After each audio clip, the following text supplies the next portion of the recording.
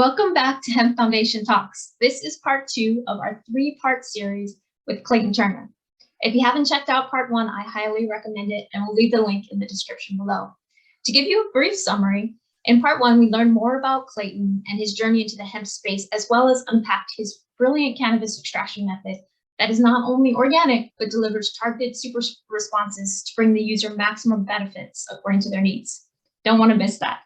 In today's part 2, we will dive back in with Clayton to review the value of the entire hemp plant, hempcrete issues, biochar capabilities, and on-demand energy systems to maximize processing efficiency.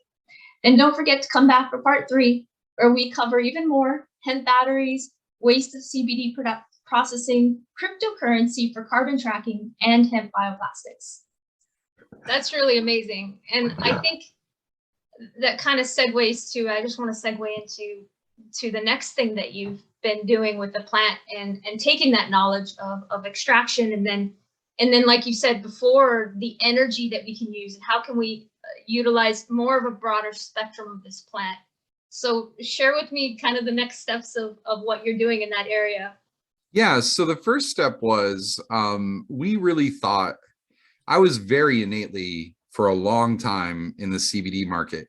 I'm back from the days when it was $5,000 to $8,000 a liter, right? So just for CBD, and just for like crude, yeah. And no one knew how to make distillate. The first guy making distillate in Humboldt was Micah and Dougie Fresh. And I went down to Humboldt in the middle of the snow up on the mountain by the store. And anyone down there knows what I'm talking about. And I went up on that mountain and they didn't have electricity, of course. And it's very neat how they do it in Humboldt before the legalization.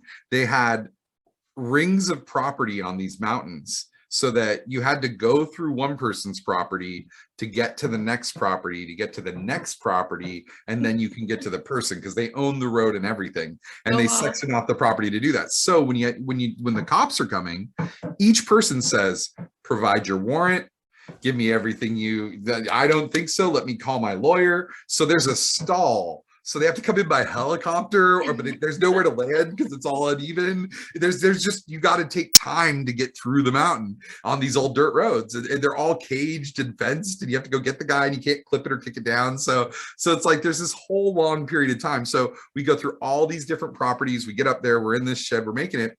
But he was the first guy. Those were the first guys in that area, and that's a pretty big area of hemp that we're doing real distillate product and distributing it to people. And we put in their crude oil system. So I was aware of distillate early, and this other process early. And so from that, I realized hemp is going to take over. Cannabis is going to be here, and in recreational markets, it's going to be powerful, but it's not going to come close to what hemp can do. And hemp is like corn. We grow 90 million acres of corn, right? Hemp is like cotton. And so we're going to grow millions of acres of hemp industrially. There is no reason you would ever grow millions of acres of CBD or THC product. You'd have so much that every man, woman, child, horse, ant, it's got pretty good legs when you grow it. And so, a few acres will feed a lot of folks for a while. And so realistically speaking, I was like, wow, this is going to be a tidal wave. Let's get prepped for it. So to that end, first step was find a decorticator that could decorticate this material. And which, by the way, with my previous company that I was visionary officer of and brought them this equipment, it actually just landed and it makes great material. They're setting it up right now in Colorado. And it's one of the first major big decorticators that aren't a milling type decorticator, but a long strand whole plant fabric cloth decorticator. Wow. that makes it for bed sheets, for shirts, for all the stuff you see and want in a hemp product. Not a cotton blend shirt. We're talking 100% hemp strand fiber product, twine and other products as well. So this decorticator was the first step. Hemp is a plant that you have to harvest, and that's tricky on its own. And then you also have to, in addition to harvesting it, you also have to then do something with it. An apple, you don't have to do a lot with an apple. You get it off the tree, you hand it to someone, you're like, good. Most agricultural processing is like that. Oh, we got corn, rip off the corn, you're fine. Even cotton, you just take the cotton off, It's so high in cellulose. Here's your cotton.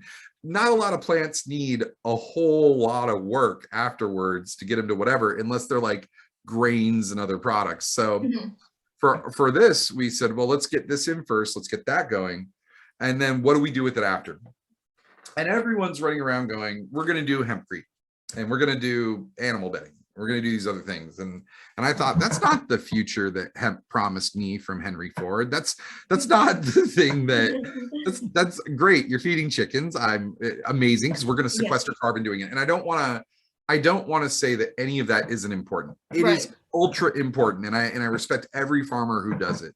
But for me personally, I can't grow a plant to save my life. My plants, when I grow a plant, it just comes out like garbage. I'm an engineer. I'm not a grower. So for me, I go, well, that's, like I go where I want to go, which is industrial processing. And so for me, the excitement lies in what can we do that's different? And so hempcrete has some problems with it. It's not structural. So they have to add additional structure inside of it, unlike cement.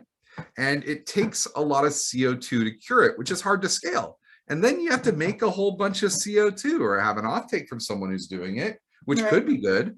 But CO2 that you make that's super pure, like in ethanol production and so on, is actually a valuable commodity used in air guns and all sorts of stuff like people have used for compressed CO2. So you're in this high cost, and then you can't transport the brick very far. It has to be very close to where the stuff's grown. It has to be very close to where you're distributing it. It has to be, otherwise it loses its benefit. Right. So, and then you're using fiberglass or plastic or whatever you're using inside of it to actually hold it together. And I thought, well, okay, that might work. You might be able to scale that, but you're going to have to overtake the cement industry. So first off, you're going to have to fight with those guys who have a lot more money than you. And we'll say that's not structural, boo boo. Like there will be holding it up. And then they're also, you need all these investment. And if you already have a massive cement infrastructure, you're gonna have to tear all that out, put in these new things. It's gonna take time, a lot of money. And right now, every day we're running towards a climate crisis and we need a solution now.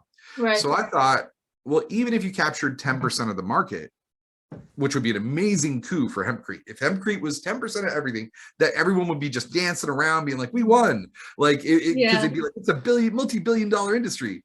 But even then, that's only 10%. And it would take years to get there.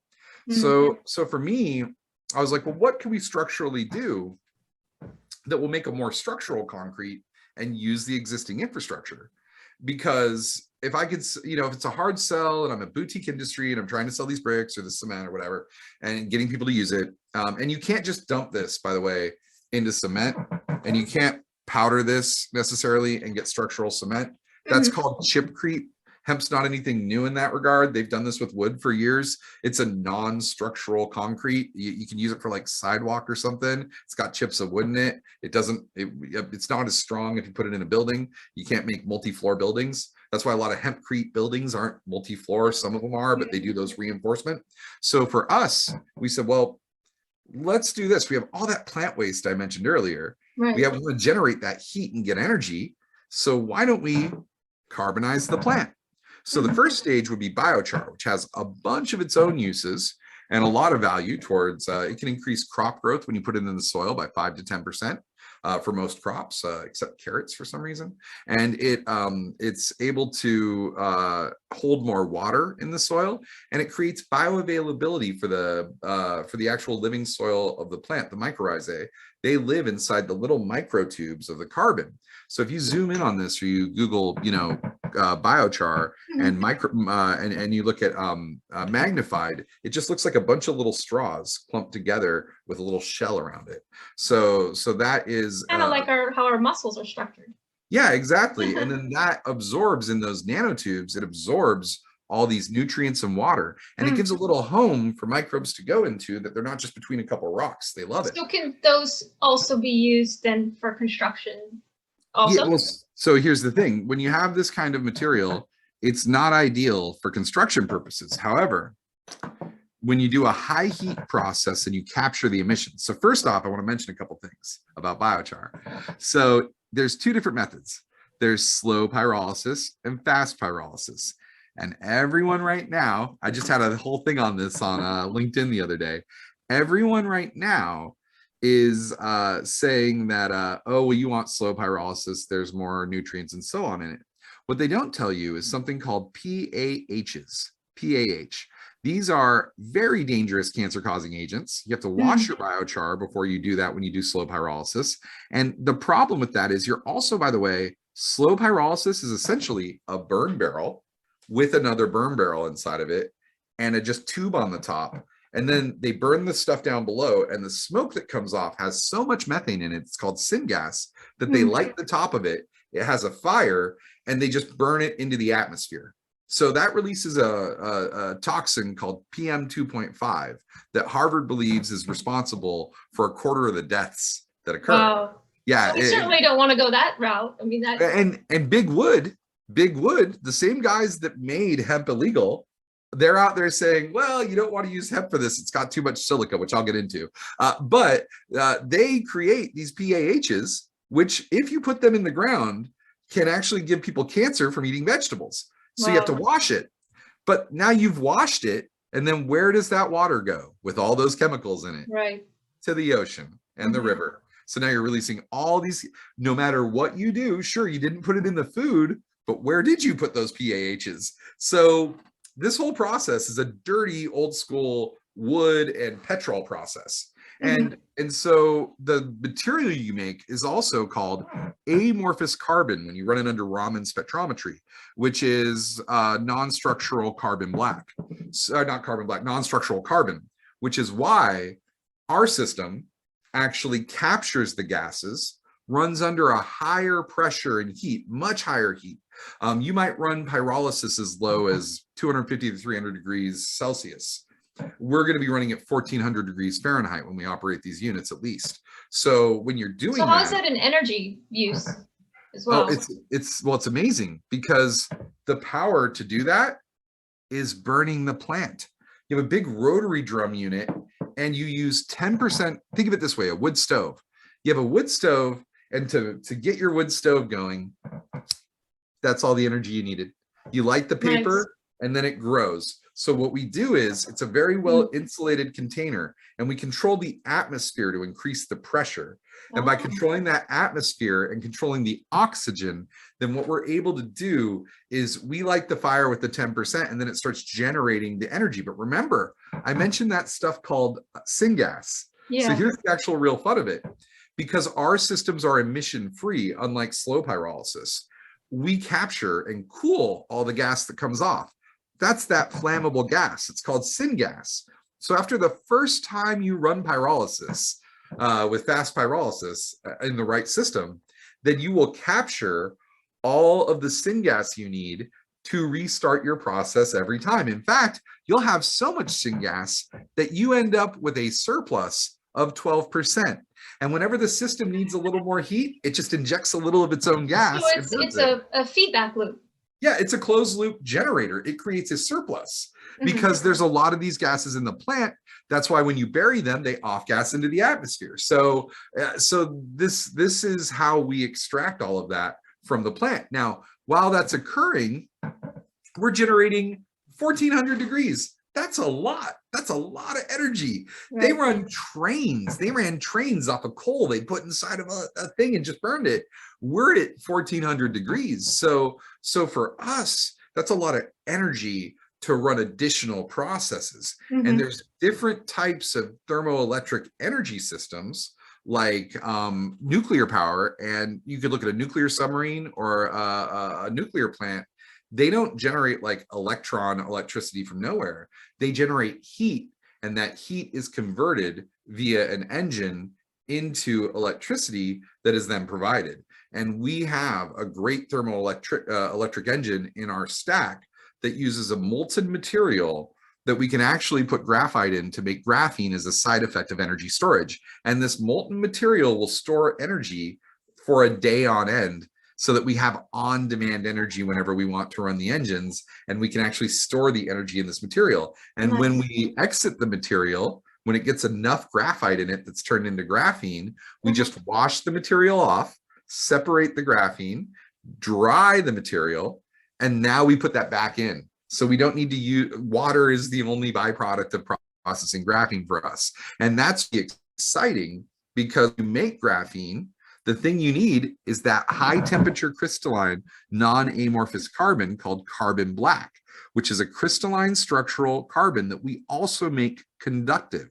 So this conductive material can then be mixed with the graphene, and that makes what they use in batteries. The best batteries in the world today are 20% carbon black, and then the rest of it's graphene and other products to make the conductive portions. Now, the reason that that's important is because the material we're making is a side effect of operating. See, we needed that heat to run our extraction or run our cellulose degumming or run any number of other industrial processes like ethanol production that require heat. We get to do that all for free because we didn't pay money for it. And what we did is when the steam is coming off of the molten material that has the graphite in it, we capture that in a turbine, and then that steam is hot water that we're able to use for these industrial processes. So we actually get two energy. We get the engine, we get the steam, and then we get more heat energy that we use in these processes. And that's how we maximize the value of what we're doing through the entire industrial process. And what that creates is a biorefinery, an assembly line that makes pharmaceutical products. It makes cannabinoids. You can do neat things like grow bacteria with that warm water in bioreactors to make targeted targeted pharmaceuticals and things like that, or they can even make isopropyl alcohol and acetone with bacteria. That heat can be used for yeast for fermentation for ethanol. All of that means these processes now become zero energy, but you didn't lose the electricity, and we're not violating thermodynamics. You use the hotter version of that energy earlier, and then you step it down, capturing it again and again through each industrial process. And then that means now, if I just make CBD and that's all I do, then I have to live and die on the sword of CBD. That's everything I have is waste. My plant material that comes out of my facility, waste. My energy I use, waste. The chilling I did, waste. All of it just becomes waste. And then I eat all that, and then I try and make a profit. For me, operating is just material cost. And then I diversify it into all these other values. And so it's an assembly line that creates products, but it also sequesters carbon. See, the farmer in the field, we use our technology at the Hemp Blockchain to blockchain the data to make them log their data in a way that allows and then validate it with third parties, drones, soil tests, scientists on spot checks on different fields with an algorithm. And we're doing this with Algorand, which is one of the leading cryptocurrencies. They're the first carbon neutral currency or cryptocurrency. And Silvio Macaulay is a Turing Award winner, teaches cryptography at MIT, pulled a whole team of MIT folks together to build his crypto. And then with them is Global Logic. They got bought by Hitachi for $9.8 billion. We talked to we're part of we work with their top staff, COOs, CTOs. So, and with their top blockchain expert, Raj. And so with these folks, and they have 20,000 programmers, by the way. And so with these folks, we're designing this top-end software that will track all of the data in the farm and what they do. Then we will tokenize a carbon credit on an NFT, load it with real money, which now means we have an actual cryptocurrency with real cash value. And then that is then sent to our process that emissions free makes this material. Now this material is this plant right here, but this plant is 0.45% to 0.43% carbon. So that means that all of this carbon in my hand right now is now captured. This carbon in this little jar is not getting out into the air. It's not going to do anything but sit in there and not be in the atmosphere messing up the earth. So because of that, our process generates additional carbon credits. You get carbon credits for pyrolyzing and not emitting. And we get energy. We get electricity, which can be converted into hydrogen with a hydrogen converter. We get our syngas, which we have as well. And then we have all these peripheral processes that we run with the system to make these products that are necessary to Hemp 2. And what you're doing is you're transporting it to all one location, right? So you're not taking it from the guy over there to the guy over here to the guy over there. All those transportation costs are what kill the actual economy of the system. You set this up on rail spurs. You bring it in with the cheapest form of transit possible, and then you operate the system, giving energy and products to the people around you. And where it gets exciting is back to cement. This material is structural, so you don't need to actually have a CO2 curing plant that you take non-structural carbon, design a special type of internal Lego lock, and then fight people who already have a patent on that and are restricting that technology in order that they can make money for all their investments rightly. And so you got a big quagmire you're getting into going that route. Yeah. And then you have to fight the government to tell them that you're going to put this in at places, and they're going to be like, that's non-structural, it doesn't meet MPA. So then you have to prove it and blah, blah, blah. So that's going to take them a while. So instead, just dump that carbon I make in cement. If you have the proper ratio, which we have the recipes for, there's plenty of testing on it, because this material, it already exists in our world from a hydrocarbon source. This is exactly the same as the carbon black made from coal plants, and that's the place that makes carbon black. There's other than organic sources, you get carbon black from coal plants, and all the rubber in tires, mostly all the this microphone here that's black, my Kraken behind me, all the black plastic you see is from coal plants, and they burn up coal, and then what's left is this crystalline carbon that they then micronize and dump in products. So for us, what we do is we do that with the bioorganic material, and we make it cheaper than anyone because we have all these other processes to rely on. And so by doing that, we can then offset, say we offset, I'll say 10%, 15% of cement. Well, we didn't just offset 10 or 15%, and we didn't need any special system to do it. What we're able to do is the carbon credits that we generated growing in the farm and the carbon credits that we generated by making the material mean that not only did we use less of a really carbon expensive material, but we also sequestered all this material here.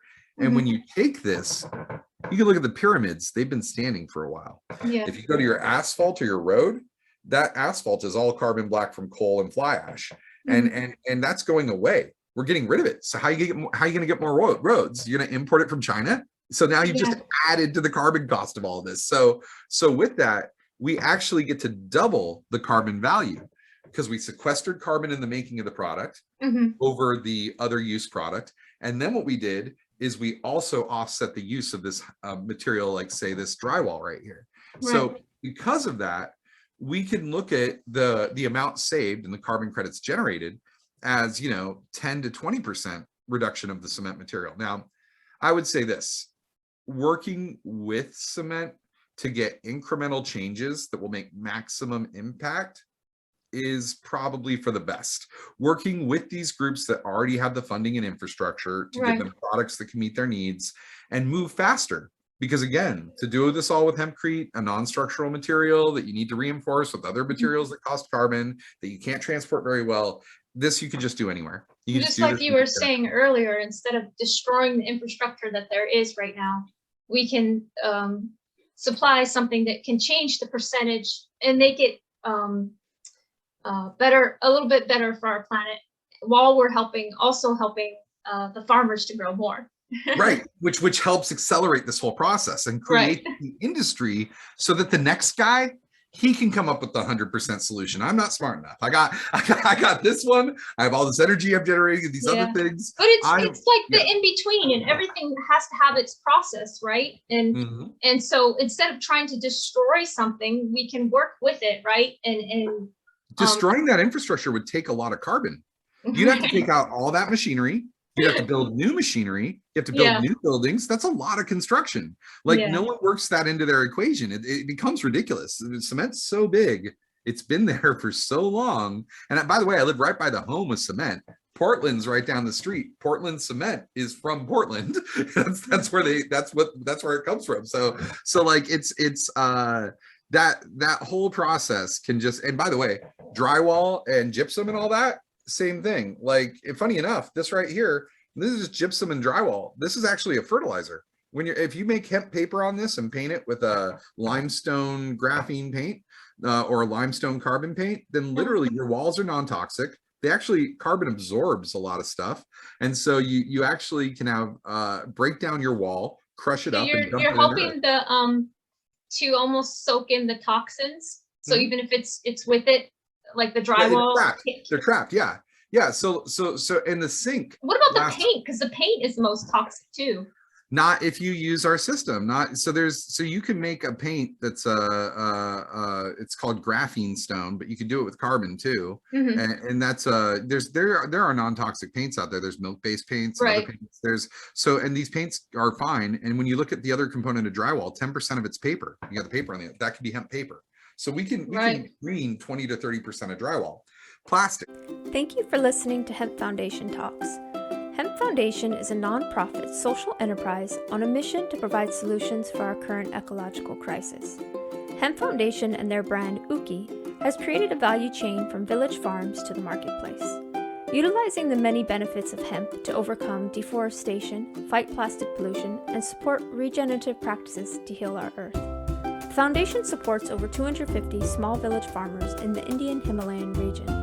In addition, they employ widows and women in the production of over 500 hemp products for the marketplace, from clothing to food to hemp bags, a large range of textiles, embroidered fabrics, home goods, and even hemp bioplastic.